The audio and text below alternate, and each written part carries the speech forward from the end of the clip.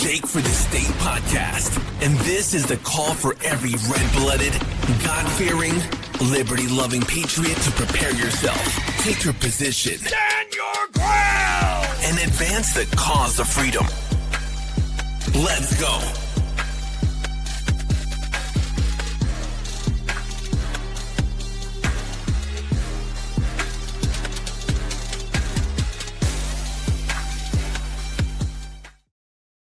Welcome back, guys, to the Jake for the State podcast, and I am here with my next guest, Mr. Adam Holley. We're going to break down something a lot of us have been talking about around the state. It's gotten a lot of attention, and it could change the way we do elections in Oklahoma. And so there's a lot of concern about this. This is State Question 836. It deals with open primaries, and you can find out more about it and the reason they say vote for it if you go to voteyes836.com. This is going to be the page advocating for this, and we'll talk more about where that page might originate from and who is behind this, if we actually even know. But to go a little bit deeper than this and to open up this conversation into areas that I have not yet heard talked about is this, the actions that Adam Holley has taken. Adam is a resident of Bixby. He actually ran for Senator Inhofe's seat back in 2022 in a special election. Senator Mullen eventually won that seat, but in the process of running and going through that election process, Adam's eyes were open to a few things that resulted in bringing a case against the state of Oklahoma, against the Secretary of State and the Oklahoma State Election Board. And he has recently filed a second case against the same parties, acting pro se, representing himself. Adam, welcome to the show. Thank you for having me, Jake. I'm really honored to be on here with your viewers. Well, you bet. Absolutely. I appreciate you coming on and breaking it down for us, what exactly that you have seen and grown to understand, and what it is you're seeking to accomplish with these two cases against the Secretary of State and the Oklahoma State Election Board. This all started really for you, I guess, during this special election when you were running for U.S. Senate representing Oklahoma, of course, filling Senator Inhofe's seat that was vacated. And tell us a little bit about that process, about what made you jump into politics. What were you doing before, and maybe what are you doing now? Give us a little background on yourself, and then what led you to jump in and run for this seat? Yes, absolutely. I'm still with the same employer that I was during the race. I was very blessed that the owner of my company, he really supported getting involvement as an individual into something greater than ourselves. So anytime I had to go for a special campaign or anything early, he definitely worked with us, which is very rare in today's society. Yeah, it is. Well, that's a blessing. Oh, absolutely. And he's been like family to us, and we love him dearly. So, but right beforehand, it was just a prompting. God just led me out of the blue to start getting interested in politics. And I didn't know exactly where. I just knew he wanted me to run, at least do something. And whenever I heard on the news that Senator Inhofe stepped down early and there would be a special election, I just got a confirmation and a prompting to put my name in the hat for it. Just crash course, go in green. I'm not a PAC guy. I'm not a GOP. I believe in the GOP and what they represent, their First Amendment ability to assimilate like-minded faith, business, economy, all their platform. I'm like almost 100% in line with that. That's why I'm registered Republican, and I'm proud of it because it supports a good portion of what I believe biblically. As I was running the race, I just went where I could in that first runoff. After the primary election happened, my name, as well as 11 others, got eliminated from the primary on June 28th of 2022. And shortly after that, I'm sorry, go ahead. About a full ballot. I mean, 11 others. were running for this seat. So it was a stacked race, and you were one of those. But then, of course, like you said, it went to a runoff, and that is where I guess your eyes were open to some inconsistencies with the Constitution. Oh, absolutely. It's after about 10 days after, I was just prompted to really dive in and study and research primaries.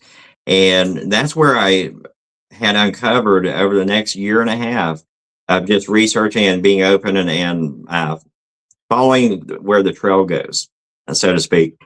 Um, when you look at, most people don't realize when the presidential preferential primary system began. If you ask many people, you ask them, when do you think primaries actually started? You get some that say mid 1900s, early 1900s. Well, it hasn't always been that way. And that's where I uncovered that it was actually, the first state was Oregon in 1910, and it spread like a wildfire across the Constitutional Union. And at that point, if you look at the logistics of it, from 1910 to 1912, a majority of the states just instantly switched over to this system. And then you had the 16th Amendment and the 17th Amendment ratified within 2 months of each other in 1913.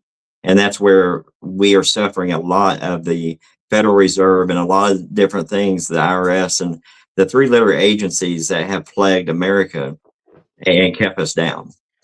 All right. So educate us a little bit here. So what happened before Oregon with 1910? How was it done? And how does that contrast with what we have today? Well, what we have today, if you look at the Constitution in Article 1, Section 4, Clause 1, the election clause, and that basically gives the states, it's where it gives them their original powers dealing with federal offices. Article 1, Section 4, Clause 1, it says the time, the place, and the manner of holding elections for senators and representatives shall be prescribed to the state legislature. In the Constitution, whenever you look at the for, that's a prepositional phrase that indicates it's for a specific position. Now, a prepositional phrase for has to go for the object in the sentence, which is the elections. So any election that does not elect the senator or representative is not a constitutional election. Okay, so to simplify that for people listening, essentially what you're saying here is the primary is not a government funded, or should not be, a government. We have one election that's prescribed in the Constitution, and that is the one that determines the outcome. Right. If we have any other election prior to that precedes that should not be funded by the government and be an official election to determine the outcome. Did I wrap that up enough? Absolutely. Absolutely. Because when the state has an interest in a political party's nomination process by paying with taxpayer funds, it becomes where the state gives state power to non-government organizations called the DNC and the RNC. Right, the parties. Right. Now, the parties have a First Amendment right, and I fully support them having the right to associate, the right to assemble, but they don't have veto right over eligible constitutional candidates for the only election that the Constitution recognizes and changes power. And so we are dealing primarily with federal elections. Right. Is that correct? So this discussion does not impact the gubernatorial races in the states, the runs for House seats or state Senate seats. We're talking about the federal seats, the senators and the congressmen and women that might be elected here in the state of Oklahoma. Correct. Okay. Now, typically, states do follow the federal pattern. So whether the state adopts the new election pattern, that's how we do the primaries for local positions, but it's not contingent on one or the other. Okay. And the issue at hand here that we are addressing is the primary elections and how this is not prescribed in the Constitution. It should not be government funded. And so when you were running for this seat, former Senator Inhofe's seat in 2022, and suddenly you were eliminated as one of the candidates in the primary race, and so that left T.W. Shannon and Senator Markwayne Mullin left to run this runoff. At what point did you start saying, hey, wait a minute, is this the way things should happen? It was about 10 days after that primary that I just got a hunger to learn more about primaries. And when I learned where they began and how we fundamentally changed things so quickly, a constitutional amendment to our federal Congress and a constitution should not be so easily changed that two amendments were ratified within 2 months of each other after this passed. Talking about back in 1910, 1912. Is that what you're talking about? The ratification of these amendments? Correct. Okay. So here we are, and what do we do about it? You have filed two cases. Your original case challenged the idea of primaries in these federal elections altogether, right? Yes, sir, that's correct. Okay, break it down. What is this first case that you filed? What is it seeking to accomplish, and where is it at today? Well, that's kind of the biggest case of the two, but the second one actually is because of the first one. The first one, dealing with the primaries, you can look at it this way. Marbury versus Madison, within 20 years of the Constitution being ratified, they had a Supreme ruling because they were already trying to impede and break up the United States Constitution little piece at a time. What the Chief Justice John Marshall ruled is, one, that the Supreme Court is the only one that can say what is law, not make law through precedent, but say what the legislature made was law. The second is anything that's repugnant to the Constitution is void from its inception. So everything that happened from a void act has no power, no constitutional authority, as if it never happened. So the first case, we're taking it to the Supreme Court in efforts to show that they created additional qualifications to eliminate constitutional rights of voters and candidates. Therefore, every election since 1910 is void, and every person in Congress that has taken an oath or the seat did so through a fraudulent act by revoking or removing the rights of other candidates and every voter's right to have all eligible candidates. It's a pretty major claim. With it's constitutional. Right. Significant repercussions there if you win. And because of that, because of the consequences of this outcome, the question is, can it succeed just by looking at the fact that it would be so consequential and change, like you said, it would put into question every federally elected official since 1910. Absolutely. If this succeeds, does it essentially wipe the slate clean? I know that recently I heard from an elected representative up in DC, and he said, I think it may have been Chip Roy actually, who said, I think the people are ready to just wipe the slate clean, to remove every House member and every Senate member and start over. I think that a lot of people were nodding their heads saying, yeah, that would be great. And this actually, how would that unfold if this is successful? I believe a lot of it because it must be unfolded, because everything that was incorporated by fraudulent actors through a method of fraud is still fraud. So everything since 1910, even if one person was fraudulently elected, that puts a compromise into our Constitution, into our republic. It's not unnecessary that, well, it's too hard to undo all this. It's a must when our framers had developed the Constitution, they did so to ensure that we would have a long life as a constitutional republic. And every measure and mechanism since then, we have always had rebuttal against it to try to take us back to King George's time. Yeah, and I guess, at the heart of my question is, would the powers that be allow it?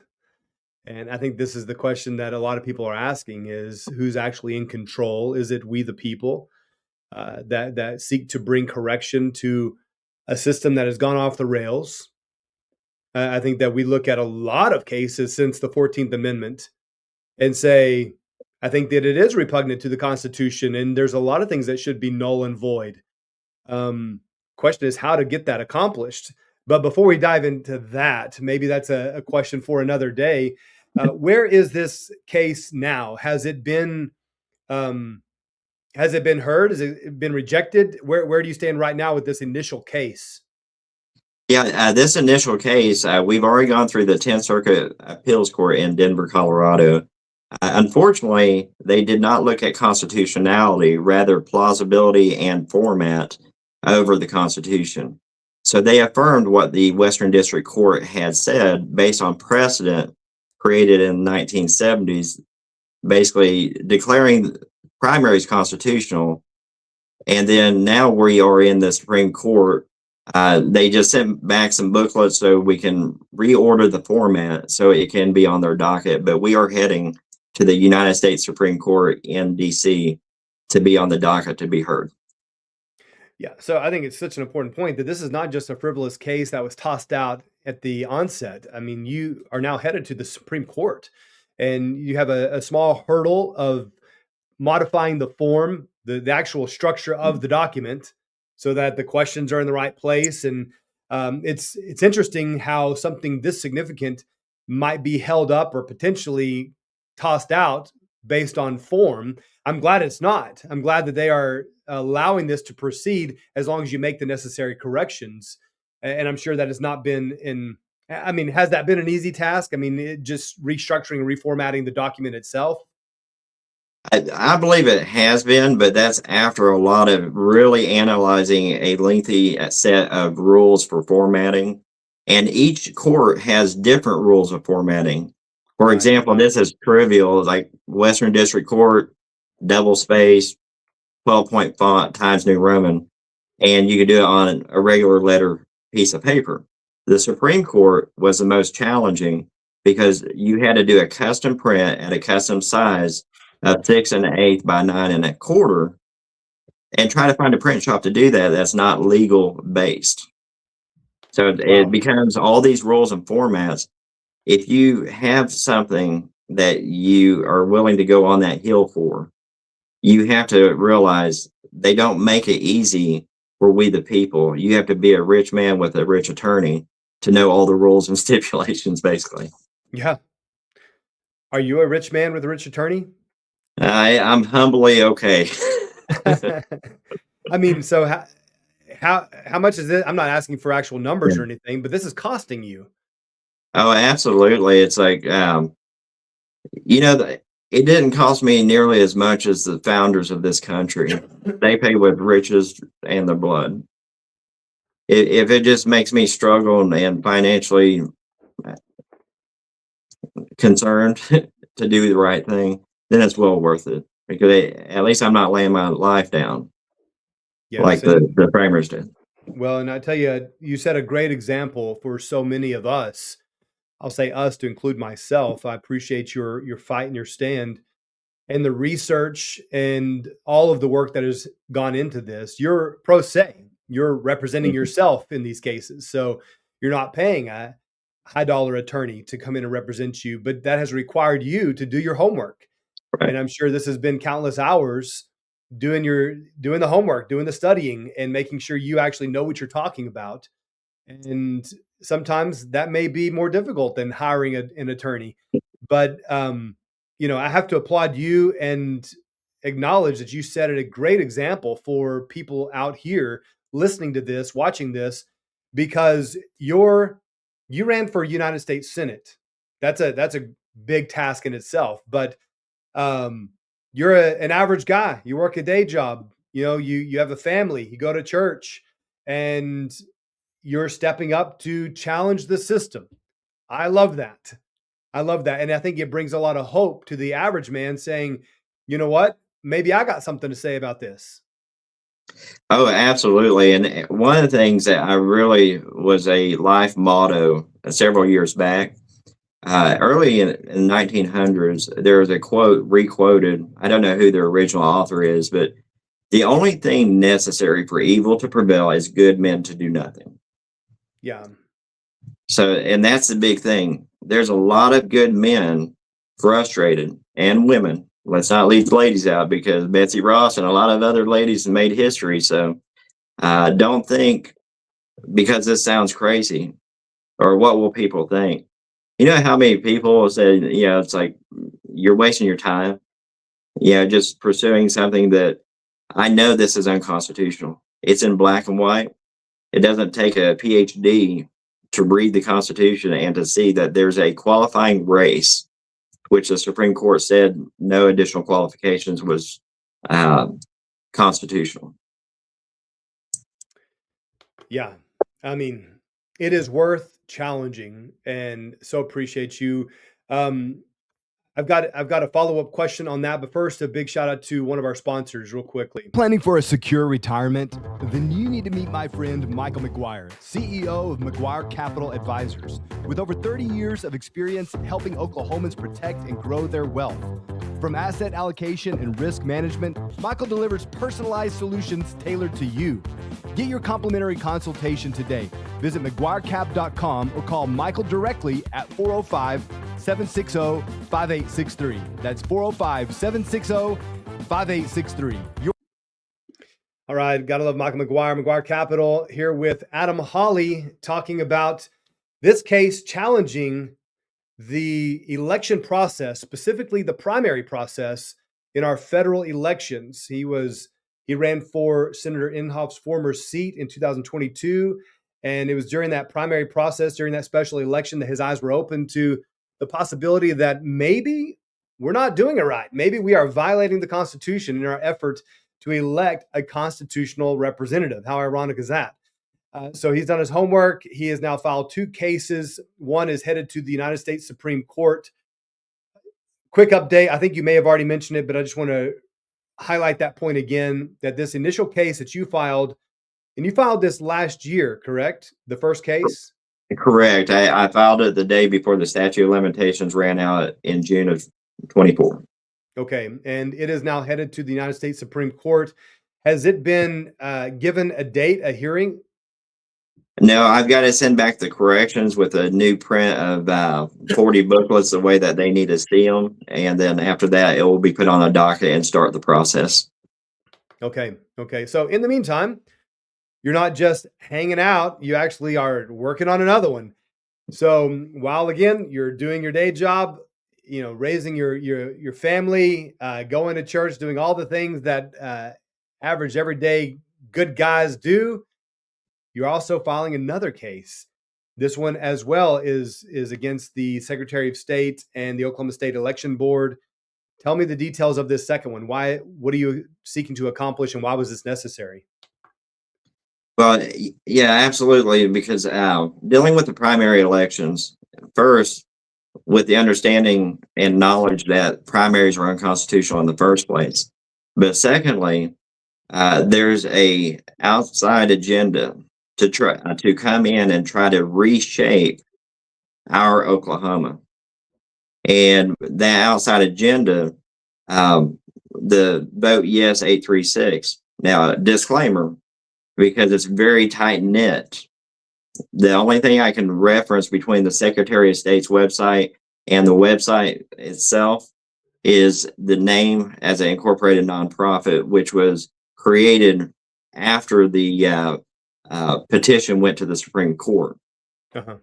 So when you have 3 individual people coming together from 3 different parties to assimilate and create not a bill or a law change, but they're trying to change the Constitution, which is much harder to unravel if we permit it to proceed. And what they are doing in this 836, and I'll just go ahead and read for the viewers. This is the biggest line that stuck out to me when I read the petition that should be sending red flags and alarms all across the state.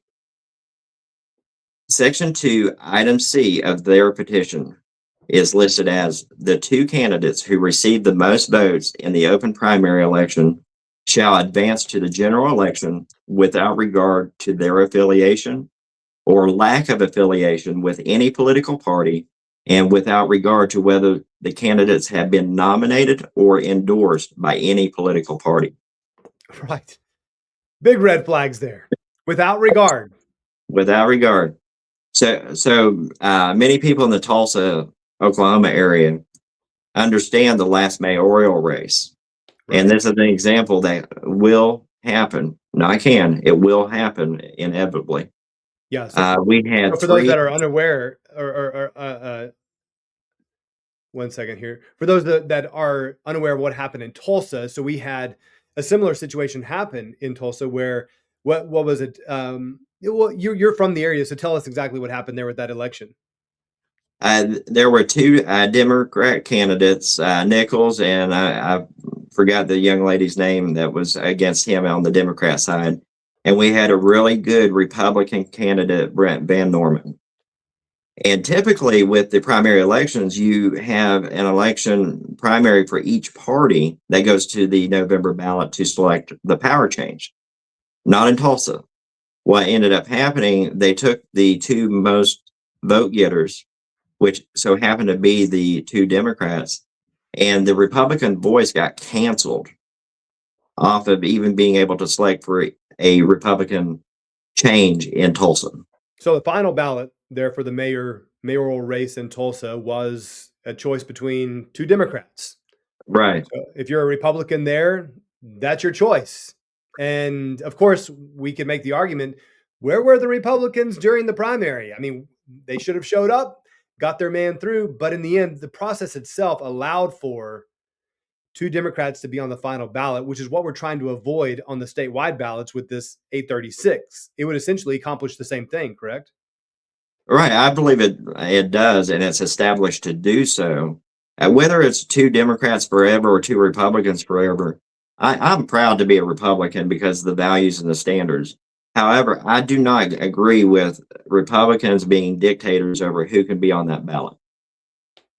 100%. Yeah. I mean, let the Democrats put their person on the ballot. Let's get an independent on the ballot. And then we just want to make sure as Republicans, if we're in the party for a reason.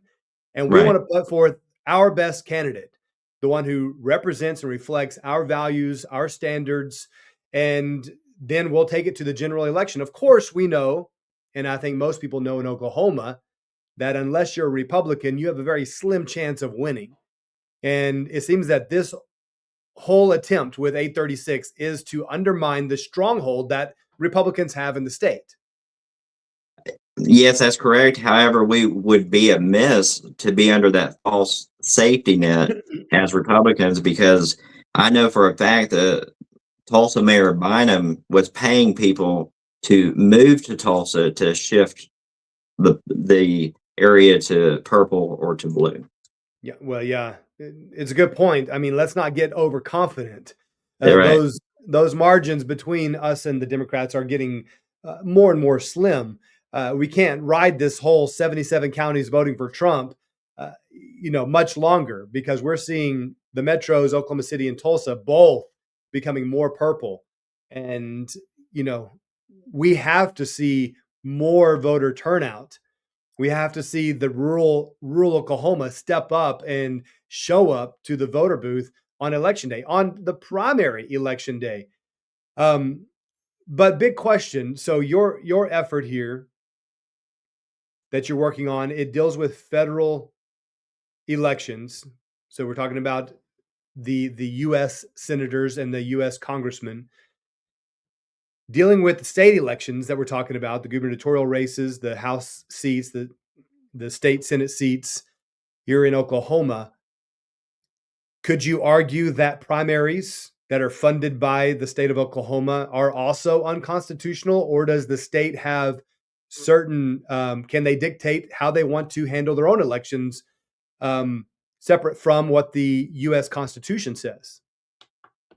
Oh, absolutely. I believe anytime the state has an interest financially from our tax dollars, it creates a ground of impropriety and a special interest. So you can end up with a California system in Oklahoma if we do not, as we the people, shift our government in a constitutional way and mirror the federal the way it should be, because there's wisdom in the way the federal constitution was written for that very reason, to keep corruption and long-term lords out from over us. So would you want to see maintain primaries and maintain the integrity within each party, but make these privately funded? I mean, rather than state funded with Oklahoma taxpayer dollars, are you saying we should separate that from the taxpayer funded elections and have just one state funded election in November? The others you can have if you want, but let them be funded by their individual parties. Is that what we're suggesting? Yes, sir. Because every party and every group has a right to assemble on the 14th Amendment as well as the First Amendment. What they do not have the right to do is to cancel, void, veto, or remove any privilege of any other candidate that assimilates or associates with them from being in competition. Every private party has a right to do their own internal primary to endorse the candidate that they tell the public, this is the one we're going with. But at the same time, those who are represented as endorsed by the Democrat or Republican Party, those who are candidates have a right to be on the constitutional election day as an equal opportunity. So do all the voters. This is a big issue because voters, they don't realize how much their rights are being abridged by not having the full availability of eligible candidates on the day it changes power. So is there a need for primary based on that logic? Only as an internal function for these private organizations, the non-government organizations. Mm-hmm. If they want to endorse and spend their PAC money and GOP money or DNC money for a specific candidate and help them out further, then more power to you. We're in America. That's a constitutional right. But you don't have a constitutional right to dictate all people who associate with us are not in my party. Okay. So you have essentially an internal private primary funded by the party, the individual parties, and that would essentially be to signal to the others in the party that this is the one that we are condoning and supporting. But in the end, everyone else could have their name on the final ballot in November. Absolutely. And it's kind of like how they already do the delegate nominations. They do their own delegate races and everything internally. That shouldn't be paid by the state. So why is the election for the power shift influenced by state money? No, I think it's something that I have not heard proposed before personally, but I think it's worth considering, especially as I'm constantly looking at ways that we can reduce the size of government, reduce the burden on the taxpayers. I mean, this would reduce that burden. So, I mean, how much are we talking about saving? I don't have those numbers in front of me about what a primary election would cost, and then a resulting runoff. If we do see a runoff, how much are these elections costing the taxpayers of Oklahoma? It's guaranteed you'll save 2/3 because you won't have two elections. Oh, right. Well, no, it's such an interesting case. This second case that you have put forth, I know you said it already, but tell me again the focus of that and where this case stands. First, real quick, before you get into that, I got to give a shout out to one of our other great sponsors. Motus Health in Yukon, Oklahoma, here with Dr. Jeremy Moss. Dr. Moss, tell the people what all you guys do here at Motus Health. So we are a full-service natural health care clinic, chiropractic, acupuncture, functional medicine, nutrition, massage, really anything from a natural, holistic, vitalistic perspective. That's what we do and it's who we exist to serve for. Yukon, Oklahoma, Dr. Jeremy Moss and his team, I know they can help you out. How do they get in touch with you? Easiest way is just give us a call. So 405-494-0165. You'll call our front desk. We'll get you squared away as soon as we can. Typically, we can work patients in, sometimes even same day, but for sure within the same week, we'll get you in and get you feeling better soon.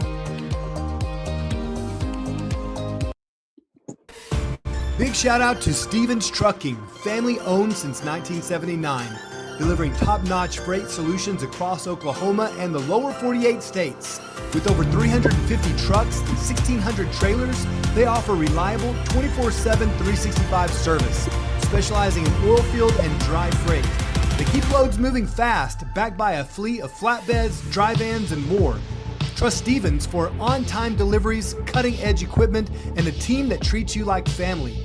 Get a free quote today at stevenstrucking.com. All right, welcome back. I'm here with Adam Holley.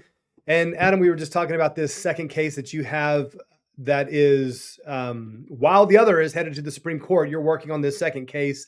Just remind everybody what it is you're seeking to accomplish in this second case that is challenging. Well, it has as the defendants the Secretary of State and the Oklahoma State Election Board. Yes, sir. The State Question 836, their directive is to change fundamentally how we are legislated in the future and who leads us. What we are approaching, where the Republican Party went to the Supreme Court to try to block it in January, Right. they failed because they only focus on the association, the First Amendment, and the liberty that's in the 14th Amendment. However, what we are focusing on and what's highlighted greatest to me is the 14th Amendment was forward prohibitory wording. It says no state shall make or enforce any laws that abridge privileges of the United States citizen. There you go. So otherwise, if we had to go through and make every law, and the 14th Amendment would have left the word make out of it. So they are in the process of making an atrocity that would be almost impossible to get rid of. And that's why we're in the district court going federal court with it, because we have a 14th Amendment right that when state actors acting under the color of law are trying to implement or continue the process of a direct constitutional violation, then they are to divest from it. They are to halt it and not proceed with it. And so that is the claim here, is that you have state actors acting under the color of law that are violating our fundamental constitutional rights. And again, bringing this back up, you said in the 14th Amendment, it states, no state shall make or enforce any law which shall abridge the privileges or immunities of citizens of the United States. So break it down one more time. How does 836 or primaries in general, how does this abridge the privileges or immunities of citizens? It actually abridges two groups or categories of citizens. One, it abridges every voter and has the potential and the likelihood and the definite ability to revoke. Like, we're Republican, we want to vote for a Republican. Or if we're Democrat, we want a Democrat to have a selection because they align with our ideologies, right? So when this takes amendment or open primary, let's go back to what they are passing with it. This is their legal wording, which will fundamentally change this, that the two candidates who receive the most votes, regardless of affiliation. That's a very dangerous wording because it takes potentially every party but one party. And if they maintain the two top vote getters, then there will never be a representation of the voters and the people of Oklahoma again. Right. And it really strikes at the heart of the nature of a republic. Right. I mean, we're talking about representation. We're not talking about election based on the majority. Right. We're not a pure democracy, which is the left's ongoing talking point, is they want to preserve democracy. And we're saying we're not a democracy. So what are you trying to preserve? And this is a way that they start chipping away at the structure of the foundation, is by creating atrocities and unconstitutional acts as though it's law, based on special elections and things that most voters won't even get notice of. Yeah. Now, where does this second case stand? Right now, they are actively in signature collection, and we would be foolish to assume they could not get 174,000 signatures. So No, you're talking about the state question 836. Correct. Correct. Right. And yeah, they are actively getting signatures, and there are active efforts out there that are saying decline to sign, which I'm on board with. I'm saying let's decline to sign. And, they're out in front of Walmarts and in front of all these retail stores that are, they're saying, hey, do you want free and fair election? Sign right here. They're not giving the full story. And they're actually not under the demands of the recent reform that initiative petitions were required to be under this latest law. I forget the bill number, but it was passed this last year. But this state question, I believe, is not under those new demands that would require them to get a percentage of voters from other counties other than Oklahoma County and Tulsa County. This is something I think that rural Oklahoma celebrated. And it was controversial because some are saying, well, you're shutting down you could only take so many votes from within a certain county. So some people within that county are saying, so when it came my time to sign, if they already had the maximum number of signatures, then they could not take my signature. But it would force them to go outside to other counties to collect signatures to have broader representation around Oklahoma, which I think is a great move. We needed some kind of mechanism in this petition process so that you had to go out further than just Oklahoma County and Tulsa County, and this required them to do that. But that is not the case with this one, because it was actually filed before this bill was passed. So they're able to now stay within the metros of the state and collect signatures. And it's very possible they could get the signatures they need. But I was talking about, Adam, sorry for not being clear, clear my throat, your case that you filed. Where does it stand? The second case that you filed. Okay, yeah, I may have misunderstood your question a minute ago, but right now we've filed with the Western District Court. We got a response back from them demanding us to show cause why they should even hear the deal, which is something completely different from the first case. So we just submitted back to them, and they received it on the 22nd. Our response to the show cause, and iterating the 14th Amendment, that the Secretary of State, by stamping and continuing the state question that breaks the Constitution or abridges privileges, is continuing an act that's unconstitutional. All right. And that, I looked it up real quickly. That was Senate Bill 1027 that I was talking about, that imposes new restrictions like county signature caps, and also requirements for signature collectors to be registered voters, and limitations on out-of-state funding. So these are some new reforms that were brought to the initiative petition process in Senate Bill 1027 that is now in effect for all future petitions, but not applying to this state question 836. So your case would be challenging this entire process. It would be challenging the primary process in general. And I just appreciate your effort. And, when any of us see a violation of our fundamental rights, our constitutional God-given rights, most people are going to maybe say a few words, mixed in with some swear words, cursing the government and everything. But very few people will take action. And so that's why I appreciate you so much, Adam, is you're your determination to take action, to challenge this in court at personal expense. I mean, you're representing yourself. You're having to do your own homework. Now you got 2 cases going forward. The next question I guess I have for you is, are you running for office again? Well, I give you and the viewers a hint that God's already prompted me to get ready for another race, and it's same seat, different seat, if that makes sense. Okay. Not really, but okay. We'll just say I'm not coming for Mark Wayne's position. Yeah. Okay. Yeah, I gotcha. And people can find out more about you at adamforoklahoma.com. Is that correct?